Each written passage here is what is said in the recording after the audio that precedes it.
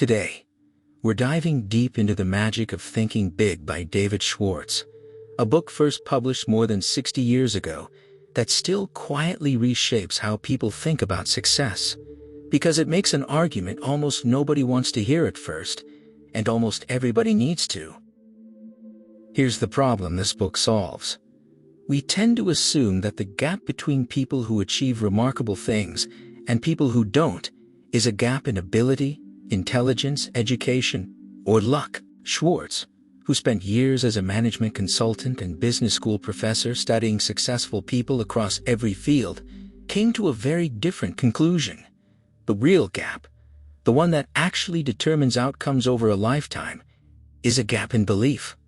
Not talent, not circumstance, belief, quiet and largely invisible, about what you're actually capable of. Schwartz opens with a simple but unsettling claim. Success is determined not so much by the size of a person's brain as by the size of their thinking. He spent his career sitting across from executives, salespeople, and everyday workers, and he noticed the same pattern surface again and again. Two people, similar in raw ability, similar in circumstance, would end up in radically different places, and the difference almost always traced back to one of them believing, quietly and consistently, that bigger things were possible for them, while the other had, often without ever consciously deciding to, settled for less. The book is now sold in the tens of millions of copies since its original publication in 1959, which is itself worth pausing on. Schwartz wasn't writing in an era of instant self-help virality or algorithm-driven attention. His observations came from years spent inside real companies, watching real careers unfold in real time, not from theory, but from close, patient observation of what actually separated the people who kept expanding their lives from the people who quietly stopped. He noticed this pattern most clearly among salespeople within the same company, working the same territory, selling the same product, under the same management. Some consistently outperformed their peers by staggering margins year after year, and when Schwartz dug into what separated them, it was rarely superior technique or product knowledge. It was almost always a bigger, more confident internal picture of what a good year could realistically look like for someone in their position, a picture that quietly shaped which prospects they pursued, how persistently they followed up, and how quickly they recovered from a string of rejections that would have discouraged a smaller thinker into giving up entirely. That single observation, repeated across departments, industries, and decades of consulting work, is what eventually convinced Schwartz that the advice the business world was giving people, work harder, get more credentials, network more aggressively, was treating a symptom while missing the actual disease. You could hand someone every technical skill in the world, and it wouldn't matter much if their private, unexamined belief about their own ceiling stayed exactly where it had always been. This is the heart of the book, and it's why the title isn't metaphorical exaggeration. Thinking bigger isn't a motivational slogan. Schwartz argues it functions almost like a self-fulfilling mechanism. Your beliefs about your own capability quietly shape the actions you take, the risks you're willing to attempt, and the opportunities you even notice are available to you in the first place. Shrink your thinking, and your entire world of possibility shrinks along with it, often without you ever realizing the door was closing. Over the next half hour, we're going to walk through exactly how this plays out, why so many capable people talk themselves out of their own potential, and what Schwartz calls the disease that quietly kills more dreams than failure itself ever does. Before we get into it, if you're someone who genuinely loves books like this, ideas that don't just entertain you but actually change how big you allow yourself to dream, it would mean a lot if you hit subscribe, tap that like button, and turned on notifications. This channel exists for people who want to think more clearly and live more intentionally, and there's a lot more of that coming. All right, let's get into it. The power of belief and the disease called Excusitis. Let's start with the foundation the entire book is built on, a principle Schwartz states almost bluntly. Believe you can succeed and you will. He's careful to clarify that this isn't magical thinking, wishing something into existence through positive vibes alone.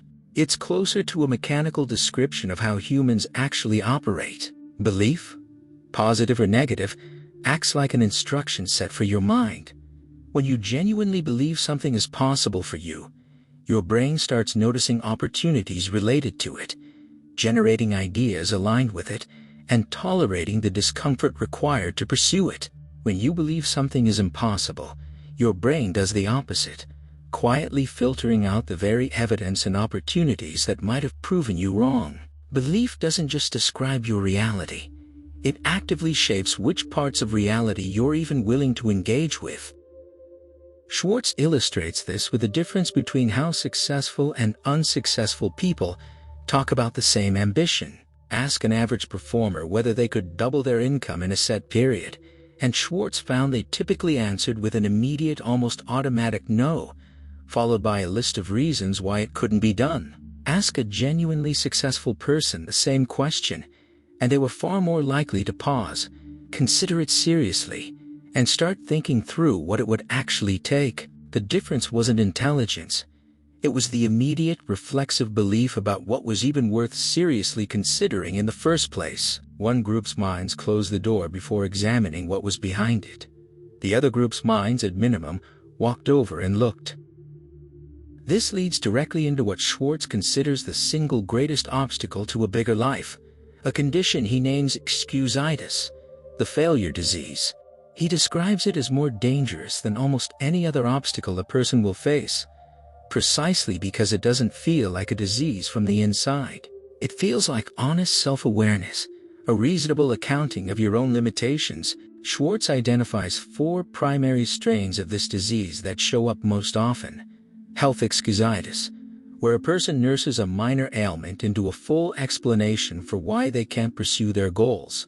Intelligence excusitis, where someone convinces themselves they simply aren't smart enough, despite plenty of evidence that raw intelligence correlates far less with success than sustained effort and clear thinking do. Age excusitis, the belief that you're either too young to be taken seriously or too old to start something new, a complaint Schwartz found people voiced at both 25 and 65 with equal conviction. And luck excusitis, perhaps the most insidious of all, attributing other people's success entirely to fortunate circumstance, which conveniently removes any responsibility to examine what those people actually did differently. What makes excusitis so effective at quietly sabotaging a life, Schwartz argues, is that every excuse contains a kernel of genuine truth. You might actually have a health condition. You might genuinely not have finished a formal education. Age is a real number. Some people do get lucky breaks. The disease isn't in noticing these facts. It's in the way Excusitis takes a small partial truth and inflates it into a complete, permanent explanation for staying exactly where you are.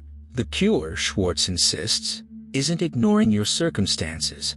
It's refusing to let an honest fact about your situation quietly graduate into the cure. Schwartz insists, isn't ignoring your circumstances. It's refusing to let an honest fact about your situation quietly graduate into a life sentence you never actually examined.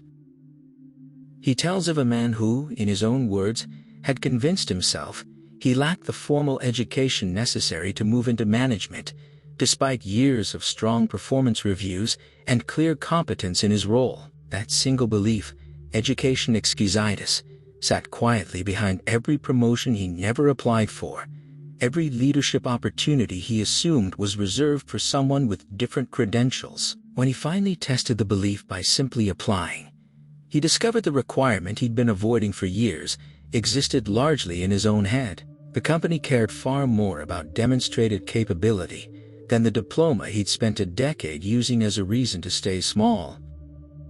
Schwartz treats luck, excusitis with particular skepticism, not because luck doesn't exist, he readily admits it does, but because he found it functioned almost exclusively as a conversation-ending explanation rather than a genuine analysis.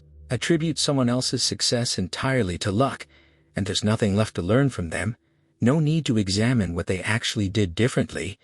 No uncomfortable comparison to your own effort required. He suggests a more useful, if less comfortable question. Whenever luck comes up as an explanation, what did this person do that put them in a position for that luck to matter? Since he found that closer examination almost always revealed years of unglamorous preparation, quietly waiting for an opportunity most people would have missed entirely.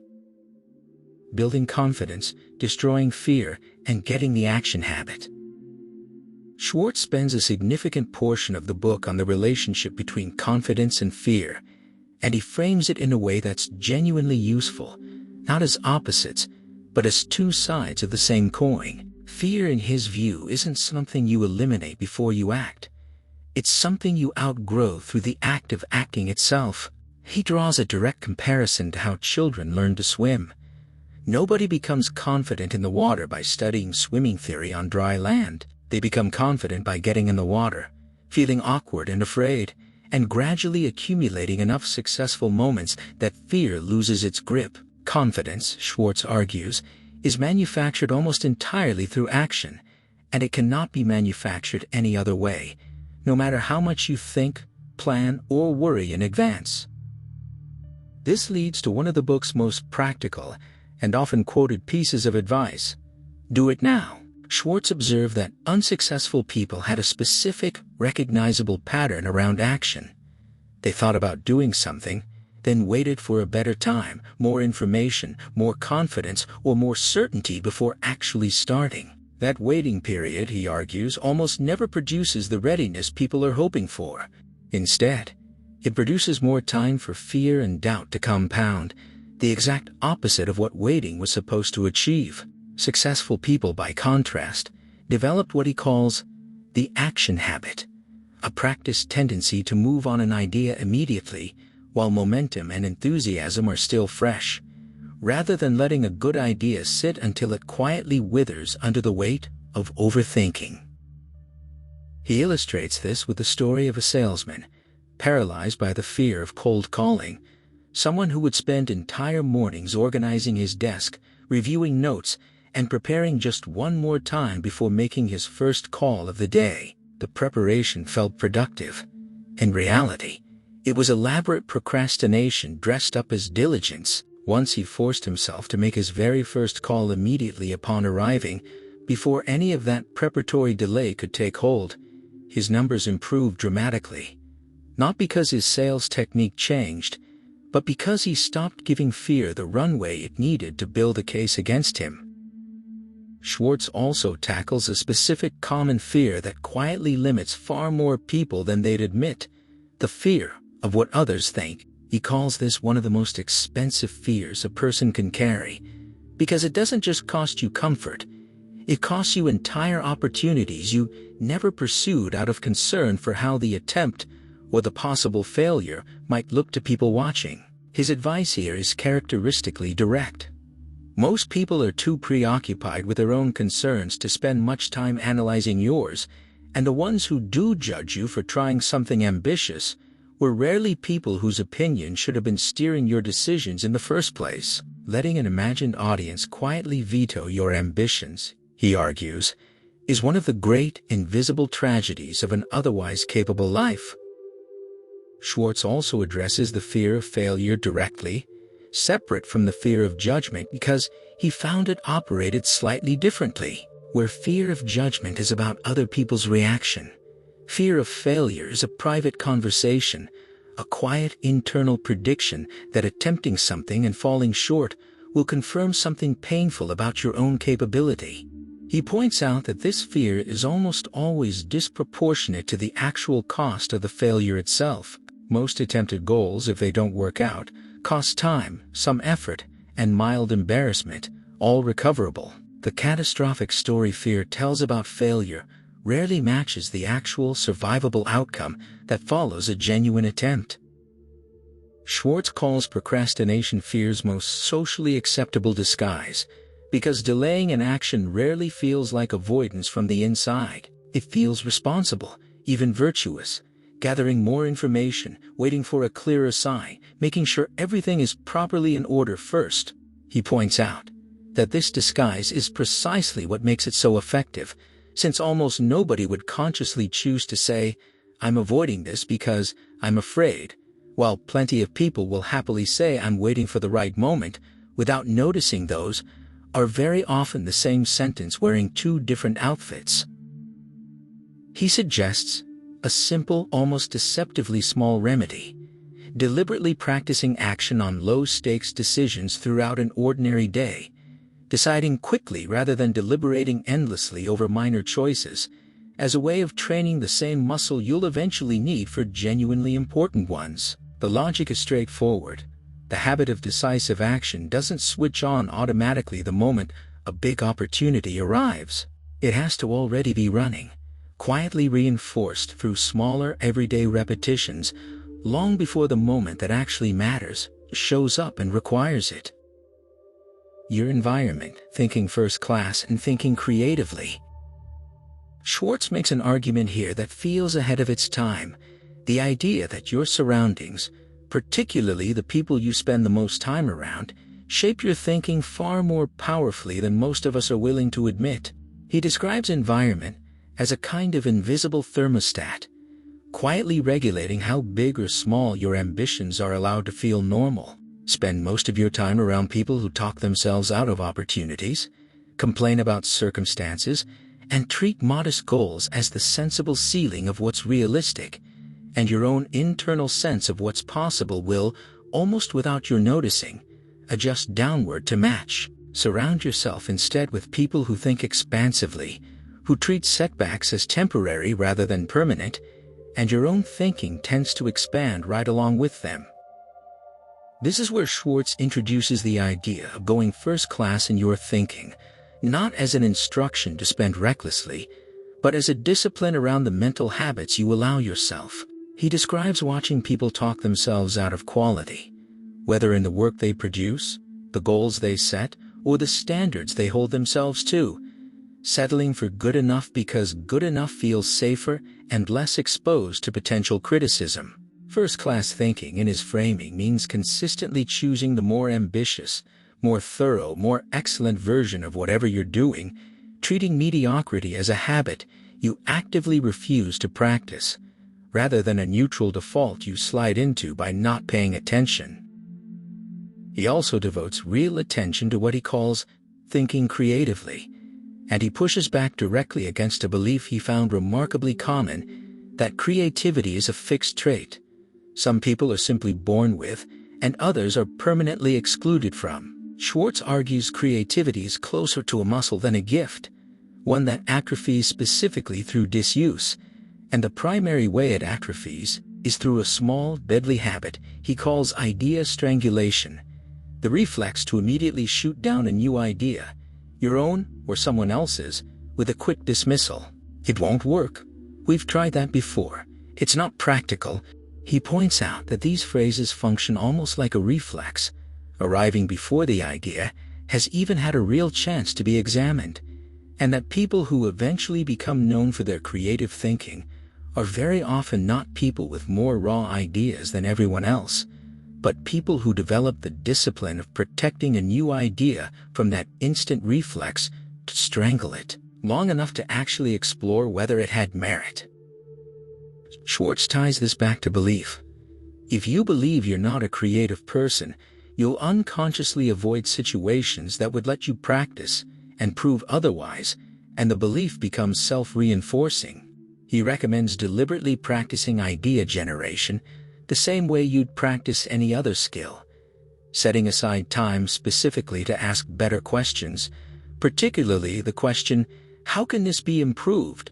applied to your work, your relationships, and your daily routines, rather than waiting passively for inspiration to arrive on its own schedule. Schwartz connects all of this to a related idea he calls, "You are what you think you are," arguing that self-image functions less like a fixed fact about you and more like a working hypothesis. Your own mind constantly gathers evidence to confirm. If you privately think of yourself as a minor, unremarkable player in your field, you'll unconsciously behave in ways that keep that hypothesis intact, speaking up less, taking fewer risks, dressing and carrying yourself in ways that don't draw attention. Other people in turn pick up on those subtle signals and treat you accordingly, which then reinforces the original self-image, completing a quiet, self-sealing loop. He advises deliberately interrupting that loop from the outside in, dressing, speaking, and carrying yourself the way the bigger version of you already would, not as vanity, but as a practical way of feeding your own self-image different evidence than it's used to receiving. He extends the same logic to physical surroundings, the state of your workspace, your home, even the small details of how you present the everyday parts of your life. A cluttered, neglected environment, he argues, quietly communicates a similar message to your own mind that a shrunken self-image does, that this space, and by extension this life, isn't worth the effort of real care. Small, consistent upgrades to your surroundings, treating your workspace and your home the way someone with bigger ambitions would, function as another quiet input into the same self-image feedback loop, reinforcing the identity you're actually trying to grow into. Schwartz suggests taking this a step further by deliberately seeking out relationships with people who already think bigger than you currently do, not to imitate them superficially, but to expose yourself regularly to a working example of what a larger sense of what's possible actually sounds like in ordinary conversation. He notes that most people do the opposite by default, gravitating toward others who share their existing sense of limitation because it feels comfortable and requires no uncomfortable stretching. Deliberately choosing the less comfortable option, spending real time around people whose ambitions make your own feel a little small by comparison, tends to be one of the fastest, least discussed ways to expand your own thinking almost by osmosis. Turning defeat into victory, setting goals, and thinking like a leader. Schwartz treats failure as one of the most misunderstood experiences in a person's life, and he makes a distinction that reframes it entirely. Defeat, he argues, is an event. It's something that happens to you, external, temporary, and largely outside your control. Failure, by contrast, is a decision, the choice to interpret a defeat as final, as proof of some permanent limitation, rather than as one data point in an ongoing process. He points out that virtually every person eventually recognized as successful experienced multiple defeats along the way, sometimes severe ones, and the distinguishing factor wasn't the absence of those setbacks. It was a refusal to convert a temporary defeat into a permanent conclusion about their own capability. He offers a practical method for handling defeat that avoids two equally unproductive extremes, wallowing in it indefinitely or dismissing it so quickly that no actual lesson gets extracted. His approach is to treat every setback as a specific research question: what exactly went wrong here? And what can this teach me for the next attempt, rather than a referendum on your worth or potential? This reframing matters because it changes what a setback actually does to your future decisions. Interpreted as a permanent verdict, a defeat shrinks your future ambitions. Interpreted as a data point, the same defeat becomes fuel, information that makes your next attempt measurably sharper than the last one. From here, Schwartz turns to the deliberate practice of goal setting, and he's specific about why vague ambitions rarely produce results. A wish to do better someday gives your mind nothing concrete to organize around. A clearly defined goal, by contrast, particularly one written down and revisited regularly, acts as a kind of magnet, quietly directing your daily attention and effort toward it, even when you're not consciously thinking about it. He recommends setting goals across multiple areas of life simultaneously, not just career, so that ambition in one area doesn't quietly starve the others, and he stresses that goals should be specific enough to measure progress against, rather than abstract enough to comfortably avoid ever really testing yourself. He also stresses a subtle but important distinction, that a written goal isn't valuable simply because writing is inherently powerful, but because the act of committing a vague hope to specific, concrete language forces a level of honesty that daydreaming conveniently avoids. It's far easier to privately wish for a better career than to write in plain language the exact title, income, or responsibility you're actually aiming for by a specific date. That specificity is uncomfortable precisely because it's measurable, and Schwartz argues that discomfort is doing useful work, converting a soft, forgettable wish into something concrete enough to actually organize your effort around. The book closes its main arguments with a chapter on thinking like a leader, and Schwartz's central claim here is that leadership, much like creativity, is far less about an innate trait and far more about a specific orientation toward other people.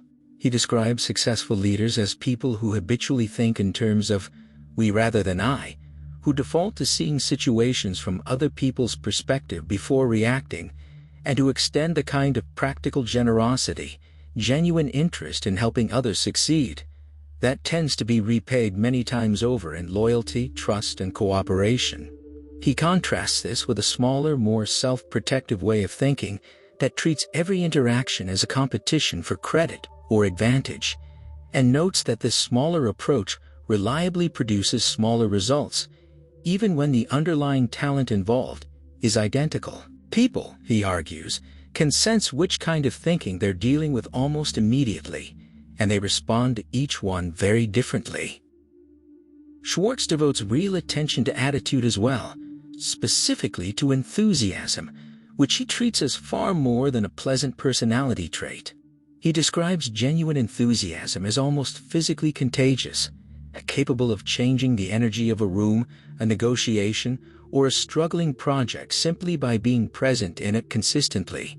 He contrasts this with the flat, going through the motions energy he observed in people who had quietly given up on their own ambitions without ever formally admitting it. And he notes that this flatness tends to be self-defeating in a very practical way, because other people respond to enthusiasm with more cooperation, more trust, and more willingness to take a chance on an idea, while flatness invites exactly the opposite response. So let's bring this all together. If there's one idea from the magic of thinking big worth carrying with you long after this video ends, it's this. The ceiling on your life is rarely built by your circumstances. Far more often, it's built quietly, brick by brick, by a lifetime of small, reasonable-sounding thoughts about what's realistic for someone like you. Excusitis doesn't announce itself as self-sabotage. It shows up dressed as maturity, as practicality, as simply being honest about your limitations. And the tragedy Schwartz spent his career documenting is that most of those limitations were never as fixed as they felt. Here's the actionable piece to walk away with today. Pick one goal you've quietly shrunk down over the years, made smaller, safer, more realistic, because some version of Excusitis convinced you the bigger version wasn't available to someone like you. Write the original bigger version down. Then take one action toward it today, not tomorrow, not once you feel ready, today, while the belief that it might actually be possible is still fresh enough to move you. Confidence won't arrive first. It rarely does. It arrives afterward, built from the evidence of having moved at all. Schwartz would likely add one more note of encouragement here, the same one he returns to throughout the book, that thinking bigger was never meant to feel comfortable at first. Every genuine expansion of what you believe is possible for yourself will feel slightly unreasonable in the moment you first consider it, precisely because it's asking your mind to operate outside the boundaries it's grown used to. That discomfort isn't a sign you've miscalculated. It's usually the clearest signal that you've finally aimed at something worth the effort of actually becoming. It's worth remembering, too, that none of this requires a single dramatic leap. Schwartz never asked his readers to abandon their current life overnight in favor of some enormous unfamiliar version of themselves. He asked for something smaller and, in a way, more demanding, a consistent willingness to notice the moment Excusitis offers its comfortable explanation and to gently decline it again and again until declining it becomes the more natural response. That's the actual mechanism behind everyone this book describes as a big thinker. Not fearlessness, not certainty, Just a quiet, repeated refusal to let a reasonable-sounding excuse have the final word. If this video gave you something to sit with, I'd genuinely love to hear it. Drop a comment below with your favorite thought from today, the idea that hit you hardest, and let's talk about it. And if you want more conversations like this one, thoughtful, unhurried, built around books that actually change how you live, come join us. Subscribe to the Mind Master and let's keep learning to think a little bigger than we did yesterday, one honest belief at a time. I'll see you in the next one.